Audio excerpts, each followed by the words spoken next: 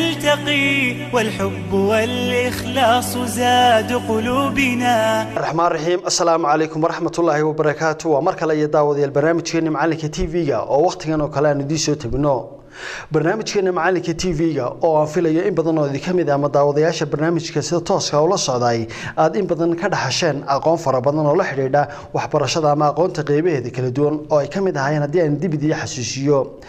barnaamijyada ku saabsan dhinaca imtixaanaadka haday noqoto qaabka diyaar garowga imtixaanaadka iyo diyaarinta imtixaanaadka sidoo kale macalinka wanaagsan iyo qaabka nidaamka uu macalinku u diyaariyo imtixaanaadka laftigiisa waxa kale oo ku soo barateen isbarashada ama xiriirka ka dhaxeeya ardayga iyo macalinka iyo qaabka isfahamka aqoonta ardaygu uu u qaadan karo qaabka ugu fiican waxaan jecelahay barnaamijka macalinka TV-ga oo maraya 10kii 14aad ee barnaamijka macalinka TV-ga oo si taxanaan idinku soo gudbino maalmaha isniinta iyo arbacada in toddobaadkan ay culun cusub oo hor leeyahay bilaami doonaan culuntaas oo la xidhiidha maamulka iyo maareynta waxaan jecelahay maamulka iyo maareynta in badan oo idin kamid aad si toos ah la socon doontaan isla markaasina waxaanu soo jeedin lahayn daawadayaasha barnaamijka sida tooska ah la socda in culunta maanta ka bilaabta 10ka 14aad in si joogto ah la socdaan isla markaasina si taxadar leh u qiimeeyaan casharada maamulka iyo maareynta ama afka qalaad lagu yiraahdo managementiga waxaad ku arki doontaa intaan ku guda jirno culum kala duwan oo barbilow noqon doona habeenkan caawa 10keenani waa kan Professor Warig Ibrahim Mar oo halkaasi inooga saanba qaada 10kii 14aad ee barnaamijka macalinka TV-ga oo habeenkan ka way noqon doonto barnaamij ama aqoonta maamulka iyo maareynta. Bismillahir Rahmanir Rahim. Alhamdulillah wa salatu wa salaam ala rasuulillah wa ba'd. Assalamu alaykum wa rahmatullahi wa barakatuh. Ku soo dhawaada barnaamijka macalinka TV-ga oo ka daawataan telefishinka qaranka Jamhuuriyadda Soomaaliland. waxaan runtii maanta ka hadli doonaa mowduuc cusub oo waxa weeyaan maamulka iyo maareynta hore waxaynu ka soo hadalnay ardayga wanaagsan sifooyinka uu leeyahay waxaynu kale ka soo hadalnay macalinka fiican iyo sifooyinka uu leeyahay waxaan kale ka soo hadalnay macalinka xuquuqda uu leeyahay macalinku waxaan kale ka soo hadalnay qishka imtixaanaadka iyo dhibaatooyinka ay leeyihiin haddaba darsigeenan maanta wuxuu ku saabsan yahay maareynta nafta ayuu ku saabsan yahay si gaar ah maanta waxaan uga hadlaynaa qorsheynta nolosha sideebaad u qorsheynaysaa noloshaada planning-ka waxa loo yaqaan qorsheynta ayaan maanta aynu ka sheekeynaynaa waxaanu ognahay in badan oo dadkeena kamid ah maanta ma garanayaan meel ay u jeedaan qorshaha noloshooda ma garanayaan in badan oo dadkeena kamid ah waxa laga yaabaa inay dadaalayaan waxa laga yaabaa mustaqbal fiican inay rajeynayaan laakiinse waxa laga yaabaa meeshu u socdo iyo sida ku socdo iyo qaabku u socdo iyo mustaqbalku isleeyahay gaadhidba inaana islahayn waxaad arkaysaa in badan oo dadkeena kamid ah oo run ahaantii dadaalaya oo runtii qaarkood akhrinayaan kutubta horumarka keenaya laakiinse halkoodii taagan oo dhaqaaqeen waxaad arkaysaa in badan oo dadkeena kamid ah oo runtii raba inay kor u socdaan oo laga yaabo qorsheel inay dejisteen laakiinse markay xoogaa wadeen ay dhowr usbuuc wadeen ay laga yaabo halkeena ku joojiyeen oo haddana halkoodii ay ku soo noqdeen waxaad arkaysaa in badan oo dadkeena kamid ah oo ku mashquulsan muxuu ahaa hawl maalimeedka ku mashquulsan laakiinse raba inay kor u socdaan mustaqbal inay yeeshaan meel inay gaaraan laakiinse maalin kasta ku mashquulsan hawl maalimeedkiisa mataa gaarka ah ku mashquulsan oon garaneen meel u socdo iyo sida u gaadhi lahaaba run ahaantii maanta waxaanu ka hadlaynaa qorsheynta nolosha ayaan ka hadlaynaa sideeba daawada u qorsheynaysaa noloshaada u qorsheynaysaa qorshaha marka laga sheekeynayo waa laba qaybood mid waxa weeye noloshaada iyo naftaada sidaad u qorsheyn lahayd sidaad u gaadhi lahayd meeshaad higsanayso sidaad mustaqbalkaaga u wanaajin lahayd qodobka kalena waxa weeyaan sida businesskaaga ganacsigaaga aad u qorsheyn lahayd laakiinse maanta waxaanu taabanaynaa in qorsheynta nolosha ayaanu ka hadlaynaa qorsheynta marka laga sheekeynayo jaamacadda Harvard University la yiraahdo ayaa research ayaa waxay sameysay in kontonaadkii sanadkii qarnigii hore ay research ay sameeyeen 100 arday oo ardaydii markaa qalin jabinaya sanadka ugu dambeeyay ayaa runtii research-ka ay ku sameeyeen 100ka arday waxay weydiiyeen su'aal bay weydiiyeen waxay ahayd maxaad rabtaa inaad noqoto 10 sano maxay ka bacdi maxaad rabtaa inaad noqoto ardayda dhamaantood waxay yiraahdeen waxaan rabnaa inaan mustaqbal yeelano inaan runtii lacag yeelano inaan runtii dad caan noqono inaan runtii mustaqbalkayga wanaagsanaada ayaan rabnaa laakiinse waxa soo baxay 10 arday oo kaliya oo 100ka kamid ah ayaa qoraal ka dhigay waxay rabeen qorshay lahaayeen qorshahooduna qoraal bay ku hayeen waxay ardaydaasi sheegeen iyagu qorshahooda ay rabaan inuu qoran yahay waxaana ay rabaan jaamacaddu waxa ay sameysay 10 sano ka bacdi ayay ardaydii dib u daba gashay research baa ardaydii lagu sameeyay boqolkii arday ee waqtiga qalin jabiyay bal waxa la isweydiiyay tolo maxay ku dambeeyeen waxa soo baxay ardaydii markii la eegay xaaladda ay ku noolaayeen xaaladoodu dhaqaale marka la eegay waxa soo baxay dhammaan boqolkii arday marka la isu geeyay hantidoodii marka la isu geeyay 96% 9 kamida muxuu percent muxuu ardaydii hantidoodii kamid ah waxa yeeshay ardaydii 10ka ahaa ee qorshaha sameeyay baa yeeshay macni hantidoodii oo dhan marka la isku daray ardaydii boqolkii arday hantidoodii marka la isku daray 96% waxa iska yeeshay 10kii arday ee qorshaha iyagu sameeyay intii kale maxay yeesheen intii yareeda soo hadhay ayay runtii hay yeesheen 6% igi soo haray marka halka maxaa kaaga soo baxaya waxa kaaga soo baxaya qorshe inaad naftaada u sameeysaa in qodob aad u muhiim tahay hadaba qorshaha markaan ku hadlayno nolosha waxaan ku soo qaadan doonaa 4 qodob baan ku soo qaadan doonaa qodobka koowaad aan ku hadlaynaa waxa weeyaan qorshahu muxuu yahay qorshe marka laga hadlayo haddaan si yar oo kooban kuugu sheego qorshaha ama planning wuxuu yahay oo runtii aan adadkaan lahayn waxa weeyaan qorshuhu waxa weeyaan xaaladda aad ku nooshahay ee naftaadu ay ku jirto inaad marka hore hadaristo oo ogaato xaaladaada dhabta ah xaaladaada markaad ogaato haddana su'aal kale isweydiiso ah halkeeban raba inaan gaaro 10 sano ka bacdi sanad ka bacdi 5 sano ka bacdi halkeeban raba inaan gaaro taana had ogaato labada markaad ogaato kadibna aad sidaad u gaadhi lahayd aad foolgeed qabato marka qorsho wax kala maaha waa xaaladaada oo ogaato kadibna aad isweydiiso halkaan raba inaan gaaro kadibna sidaad u gaadhi lahayd aad qorshiso weeyaan haddaan si kala u dhigo waxa weeyaan qorshaha marka laga hadlayo planning laga hadlayo wax la yiraahdaa 3 su'aalood oo kaliya ayaad ka jawaabaysaa waa haddaad rabto qorshe inaad samaysato su'aasha koowaad waxa weeyaan maxaan ku suganahay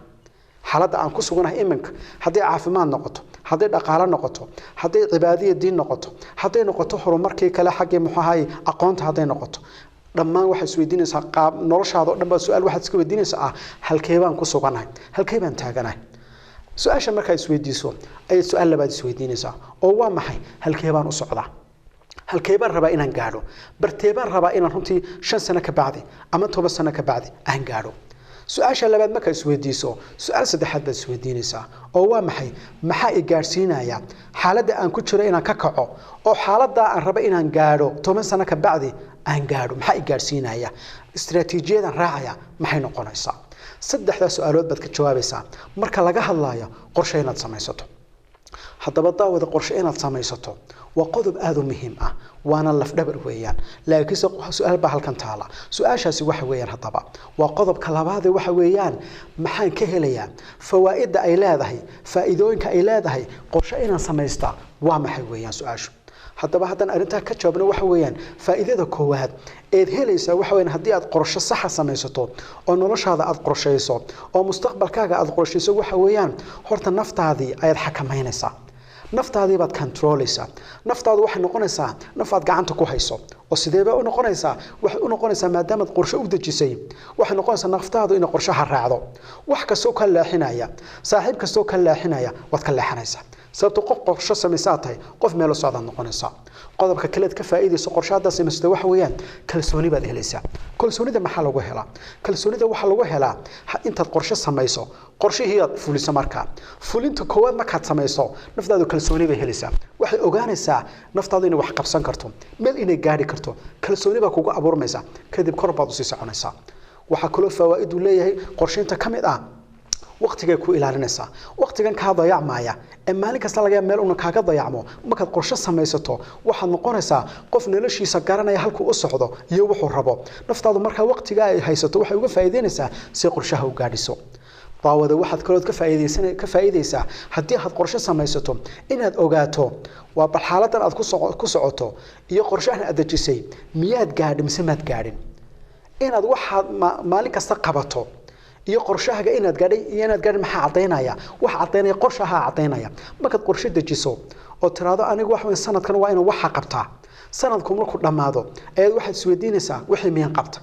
haddii aad qabatana waxaad noqonaysaa qof qorshihiisii gaadhay oo hadafkiisii gaadhay haddii kalena maxaad noqonaysaa qof muxuu aan gaadhin marka qorshahan muxuu ku faa'iiday waxaad ogaatay naftaadu inay wax qabsatay in kale oo miqyaasaad ku qiyaaso wax qabadkaaga ayuu ku noqonayaa daawada waxa qorshe hadaad samaysato waxaad kaga badbaadaysaa waxyaalahan runtii tawaarida kugu soo kordhaya dhibaatooyinka kugu iman kara wad ka hortagi kartaa oo markaad qorshe leedahay waxaad isweydiinaysaa 5 sano soo socda maxaan rabaa inaan qabsado waxaasan qabsanaya maxaa iga hor iman kara waxa la wixii ka hor iman lahaa ayaad analysis ku samaynaysaa oo taxliilinaysaa saad uga hortagto marka qorshe muxuu ku faa'iideynayaa inaad ka hortagto dhibaatooyinkii kugu dhici lahaa wad ka hortagi kartaa oo qof feejigan baad noqonaysaa daawada sidoo kale waxa weeyaan qorshe marka aad samaysato waxaad ka faa'iideysaa waxaad yeelanaysaa yool baad yeelanaysaa higsi baad yeelanaysaa meel aad u jeedaan ayaad helaysaa meel naftaadu hay tira halkaasaan gaaraya halkaasaan u socda ayaad helaysaa waxa la iraahdaa nolosha waxa ugu qiimo badan qofku inuu yeesho higsi iyo meel uu rabo inuu gaaro oo dabeetana arinta darteed uu u dagaalamo uu halgamo ayaa ugu fiican baa la iraahdaa bal waxa la iraahdaa qofku hadaanu qorshe lahayn hadaanu hadaf lahayn nolosha aanu ka lahayn qofkaasi fowdu nolosha ku noolaada maalin kasta warar buu ku noolaada maalin kasta walaac ku noolaada sababtuna waa maxay meel uu u socdaa ma garanayo waxa qofku markaan qorshe lahayn isagu ma isku noqonaya meesha shalay ka bilaaway ayuu dib hadan ugu noqonaya meel ma gaarayo marka qorshe inaad samaysataa maxay faa'iido leedahay waxay ku siinaysaa tilmaam halkaad u socoto iyo hiiskaaga ku xadidaysaa daawada markaad qorshe samaysato waxaad ka faa'iidaysaa xaaladda naftaada ogaanaysa oo sideebad u ogaanaysa qorshaha marka la sameeyo waxa lagu muhiimsan la sameeyo waxa kamida SWOT analysis baa la sameeyaa oo waa maxay wax la taxliilinaya la analysis garanaya naftaada oo waa maxay waxa isweydiinaysaa maxaad ku xoogantay waxa isweydiinaysaa maxaad ku liidataa waxa isweydiinaysaa maxaad ku fiicantay waxa isweydiinaysaa furaska ku soo socda waa maxay waxa isweydiinaysaa khatar maxaa kugu soo socda marka qorshe markaad samaysato su'aalaha soo dhanbaad ogaanaysaa wax kastoo ku fiicantaad ogaanaysaa wax kastoo ku liidataad ogaanaysaa furaskaagaad ogaanaysaa mustaqbalkaaga cadaanaya daawada markaad qorshe samaysato waxaad runtii faa'iido u leeyahay waxa kamid ah waxaad ogaanaysaa awlawiyaadkaaga maxaa ku muhiim ah maxaad noloshan ka rabtaa waxa laga yaabaa maanta wax badan inaad qabanayso laakiin waxa laga yaabaa waxaad qabanayso qaar kamid ah inaanay marka la eego aanay muhiim ahayn baa laga yaabaa waxa laga yaabaa kuwa ugu muhiimsan inaad ka tagtaa laga yaabaa oo qaar aan muhiim ahayn aad ka shaqaynayso qorshe markaad samaysato qorshe muxuu ku samaynayaa wuxuu ku kala saarayaa maxaa muhiim ah maxaa ugu muhiimsan maxay tahay inaad qabato marka qofku wuxuu awoodda saaraya focuska saaraya shayga ugu muhiimsan ay naftiisu rabto inay qabato daawada heedhe haddii aad qorshe samaysato waxaad ka faa'iidaysaa waxaad ogaanaysaa qiyamkaaga iyo valueskaaga oo waxa la yiraahdaa qorshaha marka la sameeyo waxa kamid ah waxa la aadka loo baaro qofku inuu is ogaado muxuu noloshan ku qiimeeyaa maxaa mabaadi'da aaminsan tahay waa waxa la inta badan marka qorshaha la sameeyo aad loo diraaseeyo marka qorshe samaysato naftaadu waxay ogaanaysaa mabaadi'deeda rasmiga ay aaminsan tahay valueskayga ogaanaysaa sababtoo kale hadii kale maxaa dhacaya waxa dhacaya inaad noloshan haad wax badan aad iska qabato laakiin hadhow kugu soo baxdo inay valueskaaga khilaafaan oo valueskaaga ay kor imaadaan tusaale haddaan arinta ka siiyo waxa laga qofku inuu jecel yahay lacag inuu helo sidoo lacag u raadinayaba waxaad arkaysaa qofkii maalintii dambe iyadoo la leeyahay carruurtaada way xumaadeen carruurtaada ciyaal suuq bay noqdeen kadibna uu warwaraya sababtu waa maxay sababtu waxa weeyaan qofkan uu may cadayn nolosha wuxuu ku qiimeynaa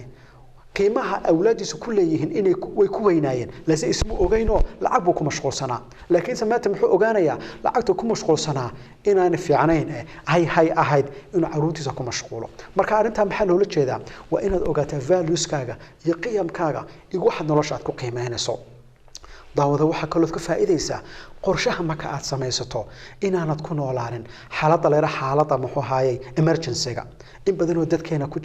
ku midi waxa ku nool xaalad emergency oo waa maxay subaxii buu soo kacaya waxa la oranayaa waxaas jira kaalay halka qabo hebel baa ku soo wacay maalinta leel wuxuu qabanayaa waxaanu hore u qorshayn bari buu hadana soo toosaya isla emergency-gaas ku jiraya waxaan kaalay qabo halka tag hebel baa marka maxaa la rabaa waa in noloshaada noqoto waxaad nidaamiso bari waxaad qabanayso waanaad sii qorshaysaa bishan waxaad qabanayso waanaad sii qorshaysaa sanadkan waxaad ugu tala gashay waanaad sii qorshaysaa haddii kale waxaad noqonaysaa qof emergency uu ku noolo maalinba meel looga yeedho haddaba intaa haddana kaga baxno faa'iidooyinka uu leeyahay inaad qorshe samaysaa su'aal kaloo aad muhiim ah halkan taala taasina waxa weyn waa qodobka saddexaad ee su'aashaasi waxay tahay haddii qorshuhu si u fiican yahay sidaa sheegtay muxuu ahaay macallino maxay dadku wuxuu qorsheyn waayeen maxay dadku qorsheeyay u sameeyeen waa su'aasha meesha taala dadka qorshaha inay sameeyaan waxa ka hortaagan dhowr arrimood baa ka hortaagan koow waxa ugu horeeya dadka qofka oo baqanaya dadka intooda badan markaad eegto qorshe inuu samaysto uu ka baqanaya oo muxuu ka baqanaya wuxuu ka baqanaya ku fashilmo wuxuu isleeyahay dad qorshe samayso ood waqti geliso oo haddana qorshahaasi socon waayo ood ku fashilanto waa niyad jabaysaa xaaladaadu se way ka sii daraysaa iska dhaaf markaas wareerine bal waxa laga yaabaa qofkaasi inuu hore intuu qorshe u sameeyay hay naftiisu la qabsan kari weeday oo fulin kari weeday markaa uu isleeyahay war horeba waad ugu fashilmaya ma fashal kalaad rabtaa taasi waa qodobada inta badan dadka ka hortaagan laakiin qodobka waana jabisaa waa qodob aad u muhiim ah bal fashilka marka laga hadlaayo waxa la iraahdaa dadku waxay ku kala duwan yihiin qofna markuu fashilmo halkaas uu istaagayo dib u gurtaa qofna kor buu uga kacaa waxa la yiri sifada ugu muhiimsan ee dadka guuleysta ay leeyihiin waa maxay fashilka ka faa'iideystaan markuu fashilmo isweydiiyo sababta uu fashilmay kadibna muxuu sameeyaa sababta dawadeedii buu kana kadib uu ka gudbaa dib uu ma soo eego marka waxa laga rabaa halka inaanad istaagin arinta labaad ee keenta dadku inaanay saabsan qorshe waxa weeyaan qofka oo runtii aan aaminsanaynba inay muhiim tahay in qorshe la sameystaa dadka intooda badan baa waxay kooranayaan maxaan qorshe u samaysanaya hebelba waa taajiro qorshe waa muu samaysane arinta markaan ka hadlayna waxa la yiraahdaa arintaasi ma sax waa sida waxay la mid tahay qof yiri sigaarka anigu ma joojinayo sababtu waa maxay aabahiba 50 sano sigaar cabay walina kuma xanuunsan waa isku doodun labada qof weeyaan labada qof jawaabtooda waxa ay tahay lama qaato marka waxa laga sheekeynayo dadka maxay exceptions ka lama qaato dadka lama qaato sababtu waxa laga yaabaa qofka bila qorshe ku socda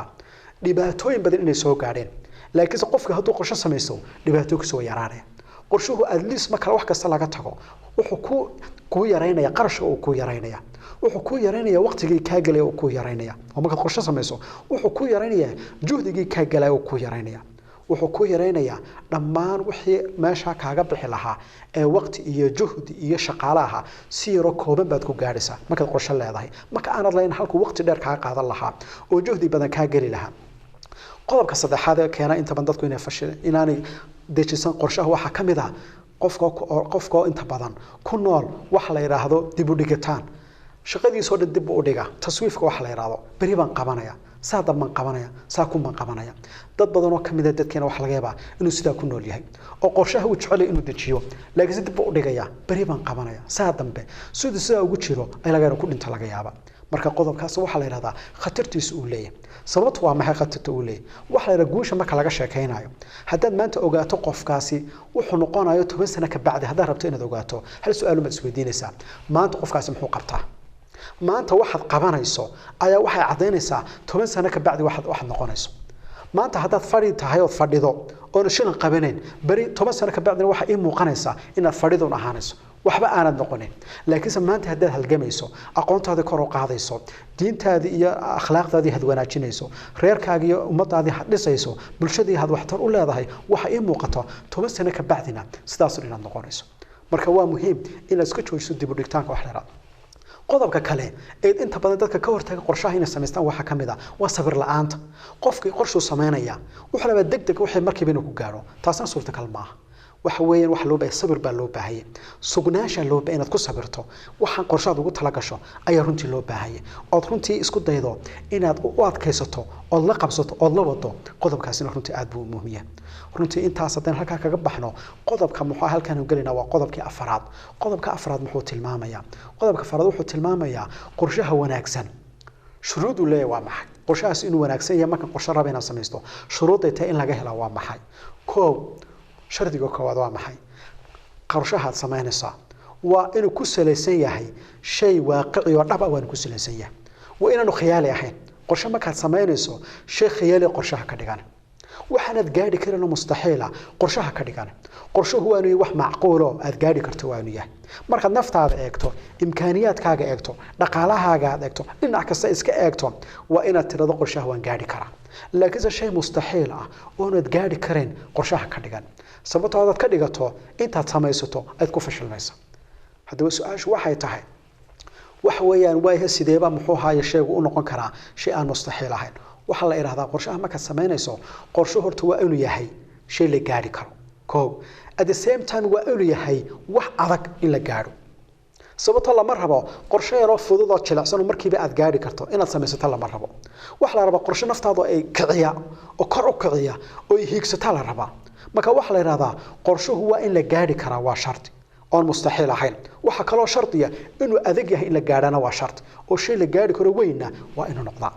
haddaba qodobka labaad ee isaguna shuruudda kamid ah waxa kamid ah waa inuu qorshahaagu noqdaa mid dhammaystiran dhammaan qaybaha noloshaada ka kooban tahay oo dhan waa inuu qorshe u dejisaa lama rabo oo kaliya qayb noloshaada kamid ah maaliyadda oo kaliya inaad qorsheyso waxa la rabaa noloshaadu qaybo badan bay ka kooban tahay caafimaad bay leedahay dhaqaalay leedahay qaybta ruuxaaniyada ee diinta ayay leedahay kor u kacsaado u baahanta waxa leedahay qaybtii family-ga iyo reerka ay u baahan ayay kor inaad u kacsaado u baahan waxa leedahay qaybtii shakhsiyadaada iyo aqoontaada inaad kor u kaciso waxa leedahay qaybtii shaqadaada iyo horumarkaaga xagga mihnada inaad kor u kaciso waxa leedahay qaybtii adeega bulshada iyo bulshada inaad wax u qabato inaad kor u kaciso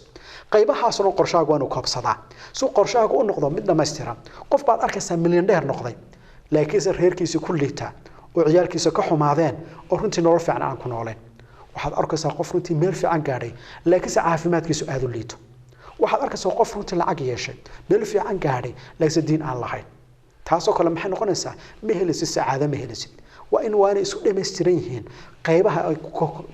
qorshuhu ka kooban yahay waa inuu ku dhammaystiraya shardiga saddexaad waxa weeyaan shaygan aad samaynaysaa waa inuu flexible yahay waa inuu yahay wax runtii muxuu haayay aad bedeli karto oo inta qoraal qorto qorshe ah qoraalkaas uu noqdo mid adag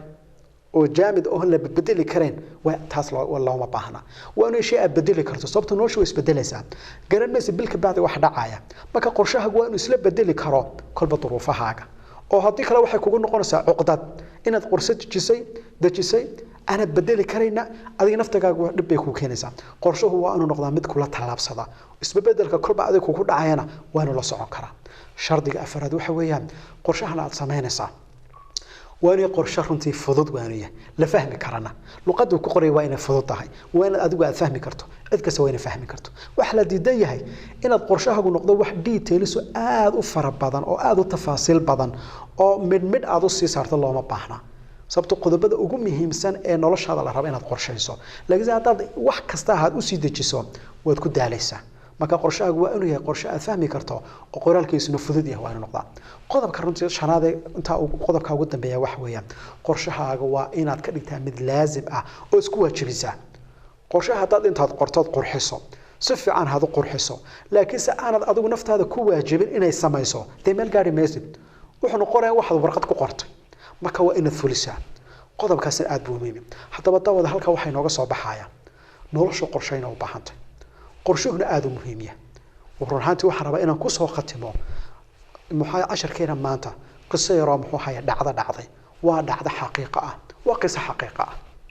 qisadana waxay leedahay nin runtii muxuu hayay in dadka kutubtan ka qoray dadka ah kutubtan muxuu hayay human development-ga wax badan ka qoray oo ku takhasusay muxuu haayay in arimaha caruurta ayaa wuxuu yiri waxaan fuuray diyaarad baan fuulay anigoo markaa ka baxay wadan kamid ah wadanadan carabta diyaaradiiba waxaan kula kulmay buu yiri oo dhinacayga fadhiyay nin Ingiriis ah ninka Ingiriis baan markaan su'aal weydiiyo waan iswareysanayo waxaan ku yiri waxaan ka shaqeeyaa arimaha caruurta ninka Ingiriiska wuxuu yiri hadaba qisaraan kaaga sheekayo ku dhacday aniga iyo caruurtayda laba inaan baan dhalay buu yiri labada inaan dhalay buu wuxuu yiri iyagoo sanadkii mara dugsiga ku jira dugsiga hoose dhexe ku jira ayaa waxaan dareemay waxbarashada inaan daneynin inaan ku fiicnayn inaan xiise gelinin arinta ma kan dareemay la sheekaystay buu yiri markii aan la sheekaystay ayaa waxaan ogaaday buu yiri horta inay baabuurta jecel yihiin inay baabuurta aad uga helaan ayaan ogaaday marka waxaan sameeyay buu yiri arin aad u layaab badan waxaan ku yiri waxaad ka warantaan baa ku yiri labada inan baabuurka jeceshiin waa noocee baan ku yiri waxay yiraahdeen noocaas aan jecel baabuurka noocaas waxaan ku ka warama hadaynu tagno meesha baabuurta lagu iibiyo oo soo aragtaan si aad mustaqbalka u iibsataan waxaan waa arin aad u fiican labadiinan baan saraxnay biir waxa ka sheekeynaa waa kuma waa ninka Ingiriiska ahaa labadiinan baan saraxnay biir waxaan tagnay meesha baabuurta lagu iibinay ninkii baabuurta iibinay baa la hadlay waxaan ku waxaan rabnaa in laba baabuur iibsano ninku nin fiican buu ahaa buu yiri wuu fahmay in aan sheekadooda ay iib dhaba ahayn aan kaliya rabo caruurteedu inay runtii mustaqbalkooda hagaajiyaan ninkii baa diyaar baan idinka iibiyo caruurtii baan ku soo eegta baabuurta rabtaan labadii baabuur ay rabeen noocay ahaayeen ay soo eegeen mid kasta baabuurkiisa uu tijaabiyay oo fuulay iyagoo aad u faraxsan aad u jeclaysan ee baabuurtana haystaan aad arinta ay u xiiso gelinayso arintii markii dhinac kasta baabuurtooda ka jeegareeyeen shookaantii riixeen ay markii dambe aan ku ri ninkii waad mahadsan tahay laakiin sabab waxaad noo sheegtaa qiimahoodu waa mise qiimahoodu waa intaas u yiri markaas waxaan ku ri ma ku bixin karnaa muxuu installment هابو يري ساسو kala bixin kartaa u kala bixin kartaan carruurtii ma soo raacnay guriga baan ku soo noqon guriga markaan ku soo noqonay carruurtii waxay aad uga doodayaan baabuurtay soo arkeen aad way jeclaysanayaan carruurtii baan ku yiri baabuurta ma rabtaan iibsataan ha hadda rabtaan iibsataan hadda baabuurtaasi waxaad idinka baahan tahay inaad wax barashada ku dadaashaan baad ka baahanta oo qiimahooda waad garanaysaan biir waa intaas deesad u iibsataan baabuurta waa inaad u shaqaysataan waxaan hadda maxaan u baahanaa waxaan ku waxaan u baahanaynaa mariya si inuu ogaano baabuurtan qiimahooda maadaama inuu soo ogaanay bal sidaynu ku heli karno si inuu ogaano in mariya maktabada kale library baan tagnay biir library markaan tagnay kaliya waxaan markii ugu horeysay isweydiinay qiimaha baabuurta qiimahooda intaa yahay shaqada haddii ay carruurtaasi helaan ay ku heli karaan lacag intaa lagu waa shaqadeen carruurteedaba waxay baarayaan shaqada haddii ay mustaqbalka ma ku yiraahdaan ay galaan haddii shaqada ay helaan shaqadu ay noqoto mid u goynaysa baabuurta ay rabaan marka library-ga bay ka baareen shaqooyinka ugu fiican Ingiriiska ee gaarsiin kara inay baabuurta iibsadaan shaqooyinka bay helaan oo waxa buugaga ku yaala library-ga ka helaan shaqooyinka noocay ahaayeen waxaan shaqooyinka noqdeen shaqooyin aad u muhiim oo shaqooyinka gaarka ah ee dadka khatarta ay heli karaan shaqadii markay heleen baa su'aal kale aan weydiiyay waxaan ku ri shaqooyinkan daya gaari kara maxaa lagu gaari karaa baan ku yiri markaas waanu baadno wax lagu gaari karaa inaad haysato shahaadooyin gaar ah oo maxaa aad u sareeya shahaadooyinkiiba hadda wax carruurteeda waxay sii beereen buu yiri shahaadooyinka noocaas ayaa bixiya jaamacada nooceeya jaamacadii bay eegeen jaamacadii markay arkeen kuwa ay ahaayeen ba haddana waxay sii baareen jaamacadahaasi maxay shuruud u baahan yihiin shuruudii markay eegeen ba waxa u soo baxay inay darajaad aad u sarsareeya carruurta ay u baahan jaamacadkaas in lagu galo darajaadkii markay arkeen jaamacadiis lagu galayay ayaa waxa ay shuruudii kalena hay eegeen ayaan guriga ku soo noqon carruurteeda markaa maxay soo ogaadeen maxay ka soo ogaan library-ga waxay ka soo ogaadeen baabuurta ay rabaan inay iibsadaan haddii rabaan inay iibsadaan waa inay aqoonta noocaas yeeshaan shahaadooyinka noocaas waa inay sitaan waa inay jaamacadaha noocaas ay galaan shuruudaha noocaas waa inay buuxiyaan intaaba warkaas oo dhan ba iyagu haysta ayaan guriga ku soo noqon markay soo noqdeen baan ku yiri haddaba dhageysta soo ma aragtaan shuruudaad ku gaari kartaan baabuurtaasi waa intaas weeyaan oo waxa ugu horeeya imikayna dadaashaan aqoontiina kor u qaadaan si aad darajaad fiican aad u heshaan darajaadka marka aad heshaanna aad jaamacadaha rabtaan in aad u gashaan jaamacadaha marka aad u gashaanna aad shahaadooyinka ugu qaadataanna shaqooyinka aad rabtaan ee isleedihiin waxa idin gaarsiinayaan baabuurta inaad iibsataan aad u gaadhaan dadaal ba carruurta bilaabeen biir muddo dadaalayaan wixii carruurtadii maanta way dhameeyeen iskuulkii biir jaamacadihiina way dhameeyeen jaamacadii laftigooda qiimaha badnaa ee qorsheeyeen bay dhameeyeen biir maanta mid kamid ah wuxuu haystaa branch kamida branchada hodheelada ugu caansan Ingiriiska ayuu mid kamid maamul ka yahay mid kale wuxuu shirkad aad u weyn oo ku taala bariga dhexe ayuu maamul ka yahay ninkii markaa la fadhiyay baa wuxuu ku yiri ma iibsadeen baabuurtii ay bariga maxay dalbadeen wuxuu yiri baabuurtii horta qaar kale sii jecladaan biir oo markay gaadheen bal lacagtii ay heleen baabuurtii qaar hore ka sii fiican ayuu mid kamid sii dalbaday mid kalena wuxuu leeyahay dhawaan buu rabaa inuu baabuurkii nooc dalbaday laftigiisii inuu iibsado halka maxay nooga soo baxaya waxay nooga soo baxay carruurtaadu ma kar yar yihiin waa inaad hadaf u sameeysaa iyo meel ay gaadhayaan waa inaad hadaf kuna noqdo wax cad oo sida lagu gaaray imka kan aan sheegnay sidii lagu gaaray xataa wala isla ogaad oo abuhu la soo ogaaday carruurtooda hadday rabaan inay baabuurka iibsadaan sida ay ku gaadhi karaan marka daawada waxaan ku soo khatimaynaa hadaf waa inaad yeelataa qorshe waa inaad yeelataa haddii aad rabto nolosha inaad ku guulaysato intaasaan ku soo koobaynaa wassalaamu calaykum waraxmatullaahi wabarakaatuh waa tahay aad iyo aad baan ugu mahadnaqaynaa daawadayaasheeda qiimaha badan ee sida taxadirka ama sida qiimaha badan loola socday casharkeena 14 ee barnaamijka macalinka TV-ga oo toddobaadkan barbilow ahaa ama casharo cusub oo ahaa casharkii u horeeyay ee maamulka iyo maareynta ama afka qalaad lagu yiraahdo management nidaamkaasi oo filayo in badan oo kamid ardayda jaamacadaha ku jirta ee fiilkaasi bartaan inta kale ayaguna fiilasha kala barta laftigoodu ay si taxadir looga faa'iideysan doonaan barnaamijyada kala duwan ee maamulka iyo maareynta la xiriira ee telefishinka qaranka Soomaaliya ku soo gudbin doono barnaamijka macalinka TV-ga waxaan jeclahay toddobaadkan daawadeen intaas inaan ku soo gabagabayno casharkii 14 ee barnaamijka macalinka TV-ga barnaamijka loo kala mid ah korinta ku kulmay dhamaantii waxaan ku dhaafinaa assalaamu calaykum waraxmatullaahi tacaala wa barakaatuh في ساحة للعلم كنا نلتقي والحب والإخلاص زاد